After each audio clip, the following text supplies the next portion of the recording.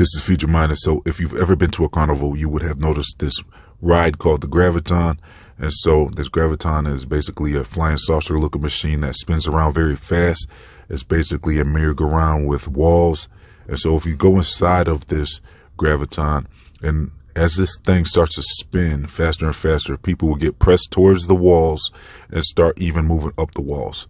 So we see clearly what happens when things spin very fast is everyone in it would be pushed away from the center, not pulled towards the center. So why with Earth are they saying that it's the opposite taking place? With Earth, they're saying that the Earth is spinning 1,000 miles per hour, but instead of people getting thrown off of the Earth, people are getting drawn closer towards the center because they're saying this Earth is so massive that it's attracting everything towards the center. So that's making everyone cling to the surface of the Earth with no effort. So basically, science is saying the opposite of what we see in nature is taking place when it comes to the Earth, because no one can show us an experiment where you can have something spinning and things sticking to the spinning item instead of things getting thrown off of it. So imagine if this Gravitron didn't have the walls and you have maybe 50 people on this huge merry-go-round.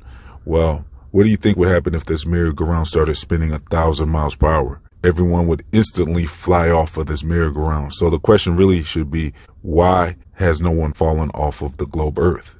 You see, globe earthers always ask the opposite. They say, why hasn't anyone fallen off the edge of the flat Earth? Well, you see, this is basically what they should be asking themselves. Why doesn't anyone fall off of the spinning globe Earth? Because, like I said, no one has an experiment where you can have a spinning object make things cling to it instead of being thrown off of it. So why are people supposedly walking around a ball Earth like Spider-Man or something? Doesn't make any sense. And another common sense thing that we should discuss is basically look at the optics of the Earth and ask yourself, what is most likely where people are standing on?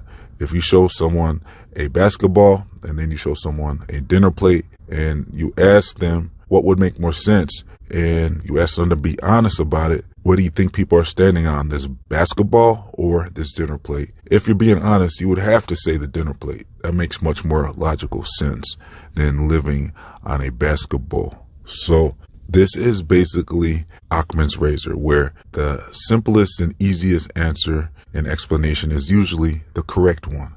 So you have to have a very far out imagination to believe people are living on a ball that's spinning around 1,000 miles per hour. And the last thing I want to bring up for this gravity debunking video is basically with Isaac Newton and that apple that they're saying fell on his head. Well, if that story is even true, well, basically, why would an apple fall down instead of sideways or up or anything like that? Well, basically, the apple was ripe and it became heavier than the branch, and the apple is heavier than the air, so it fell. You're overthinking it if this is a complex study to really observe and to think about, because anything heavier than air will obviously fall down, not up, not sideways. It's common sense. Things fall down here on this earth. You're overthinking it if you're looking too deep into that. But really, we can look deeper into it, and I've done that before. I've brainstormed on the subject about why things fall down instead of in the other direction, and I really get into that when I talk about how when up and down was actually created. And so if you want to go into a deeper explanation about any of this gravity stuff, I'll leave a link in the comment section and description box so you can check out my gravity playlist. I'm also going to leave links to my other channels, my social media, my Feed Your Mind store, my free email newsletters, and much more. If you would like to support this channel, please donate as little as $1 to help keep this channel online, because they try to hide this content. So your support really helps keep this channel online. So thanks for tuning in. Please like, comment, share, and subscribe. This has been Feed Your Mind, signing off.